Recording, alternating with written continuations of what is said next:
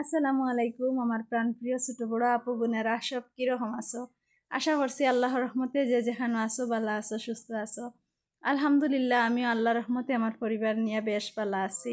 তো আমি ইন্ডিয়া আসামের শিলচর থেকে আমার ছোট্ট সংসারের ছোট ছোট কাজকাম নিয়ে আপনারা স্বাগতম জানাইলাম। আশা করছি আমার পুরো ভিডিওটা দেখবা আপনার কাছে ভালো লাগবো। তো ভিডিওটা দেখার শুরুতে একটা লাইক দিয়া দেখবা আর ভিডিওটা দেখে কিরকম লাগছে কমেন্ট করবা। তো আমরা দুইজনের খুব বেশি পছন্দ শাক, তো আমি বাড়িতে সবসময় শাক রাখার চেষ্টা করি। মিষ্টি লাউ লাগাই, মিষ্টি লাউ শেষ না হইতে হইতে পানি লাউ লাগাই, তারপরে কিন্তু মানে ফসল বানাইতে পারি না, ফুকা মাখড় কিতা কিতিয়ে মানে যন্ত্রণা দেন আর কি। এরপরেও খুব বেশি মেহনত করি, চেষ্টা করি করার। তারপরে আলহামদুলিল্লাহ যেটা খাই যেটা পাই মানে খুব বেশি মোটামুটি পাই আর কি। আর খাই আমরা দুইজনের রই যাই গিয়া। তো আমি অনেক মরিচের গাছ লাগাইছিলাম, তো আর বানাইতে পারছি না, গাছ বাঁচিছে না। তো এখানে মাত্র একটা গাছ হয়েছিল, তো আলহামদুলিল্লাহ বহুত মরিচ ধরছে, খাঁচা মরিচ আনিয়ে উঠাইয়া বহুত খাইছি। তো আজকে ভাবলাম শাক উঠাইয়া আর গাছের খাঁচা মরিচ দিয়া শাক রান্ধিয়া আজকে দুপুরে খুব ভালো মতে খানি খাইতাম। তো শুক্তি দিয়া শাক রান্ধিমু আর আলু চাটনি বানাইমু, বানাইয়া খুব বেশি ঠিক ভালো মতে খানি হইতো আজকে দুপুরে। তো এখন পর্যন্ত যেসব আপু বোনেরা আমার ভিডিওটা দেখরা, আশা করছি আপনারা কাছে ভালো লাগছে, তো যা কারণে দেখরা তো একটা লাইক দিবা আর কোন জায়গা থেকে দেখরা কমেন্টটা করবা। আপনারা সুন্দর সুন্দর কমেন্ট দেখলে খুব বেশি ভালো লাগে।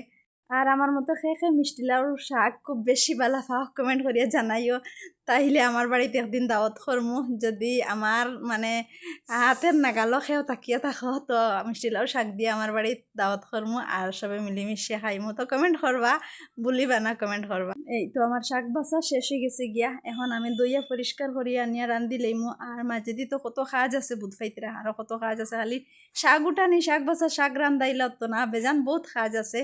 তো আমি সব কাজ মাঝে দি ফাঁকে ফাঁকে করিলাম, সব তো আর ভিডিও করা হয় না। তো শাক বাছিয়া দইয়া আনিয়া রাখিয়া আরো অন্য কাজ আসলো করলাম, কিছু বাসন আসলো দইলাম ঘর ঝাড়ু দিয়া। আর এখন আমি খাঁচা মরিচ দিয়া আর ফরাসের বিচি দিয়া শুকটি দিয়া লবণ দিয়া আর পানি দিয়া বসাইছি, এখন অগুন সিদ্ধ হওয়ার পরে শাক দিম।